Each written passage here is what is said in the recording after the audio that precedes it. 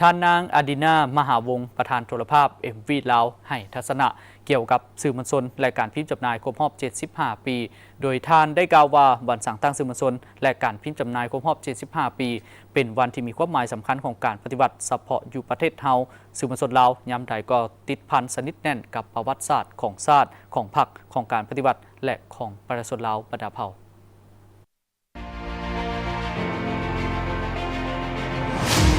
ตลอดระยะแห่งการนำพาขบวนการต่อสู้ปลดปล่อยชาติญาติเอาเอกราชและอิสรภาพมาสู่ประชาชนก็คือระยะ50 ปีแห่งภารกิจปกปักรักษาและสร้างสาพัฒนาประเทศชาติในระบอบประชาธิปไตยประชาชนพรรคประชาชนปฏิวัติลาวยามใดก็ถือเวียกงานโฆษณาแถลงข่าวศึกษาอบรมขนขวยและจัดตั้งประชาชนเป็นหัวใจสำคัญอันหนึ่งกลายเป็นพาหนะอาวุธอันแหลมคมและประกอบส่วนอย่างตั้งหน้าเข้าในไสสนารวมของการปฏิบัติในแต่ละระยะสบายดีข้าพเจ้าอดินามหาวงศ์เนาะในนามประธานโทรภาพMVลาวเนาะแล้วก็ปลื้มปิติดีใจเนื่องในโอกาสที่ว่าวันสื่อมวลชนเฮาครบรอบ75 ปีเนาะคันว่า75 ปีนี่เฮาหวนถึงอดีตที่ว่าบทบาทของสื่อมวลชนเฮานี่มีภาระหน้าที่ที่ว่าเต้าโฮม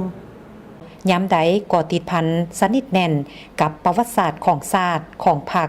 ของการปฏิบัติและของประชาชนลาวบรรดาเผ่า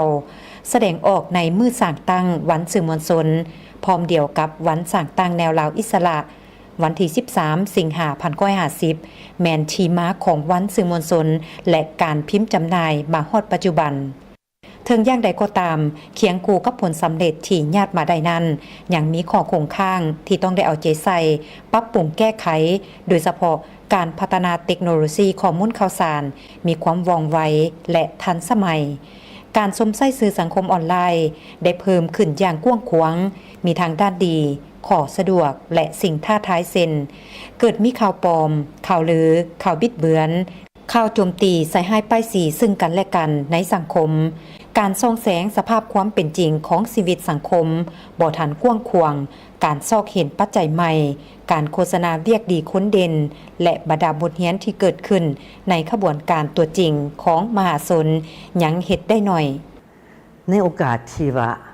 ยิ่งใหญ่อันหนึ่งเนาะวันสื่อมวลชนเราครบรอบ75 ปีที่ว่าการนำเราได้สร้างมาตั้งขึ้นมาและเราต้องใจข้าพเจ้าเองเนาะหูบุญคุณอย่างสุดซึ้งที่ว่ามีวันสื่อนี้และเฮาในฐานะสื่อนี่บ่แม่นเฮาผู้เดียว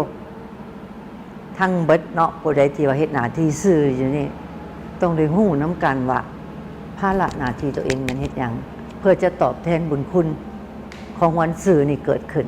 เฮาอยู่ในแขนงสื่อนี่เด้จะปฏิบัติแนวใดจะเฮ็ดแนวใดในนิติกรรมเพื่อในการตอบแทน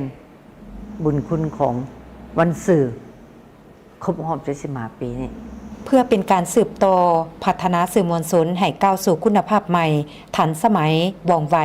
และเป็นกระบอกเสียงที่แหลมคมของพรรครัฐทางหลวงเลิกและหลวงกวางท่านนางอดินามหาวงศ์ประธานโทรภาพMVลาวได้ยกให้เห็นต้องพัฒนาเนื้อในและรูปการสื่อมวลชนให้รับประกันทั้ง4ลักษณะ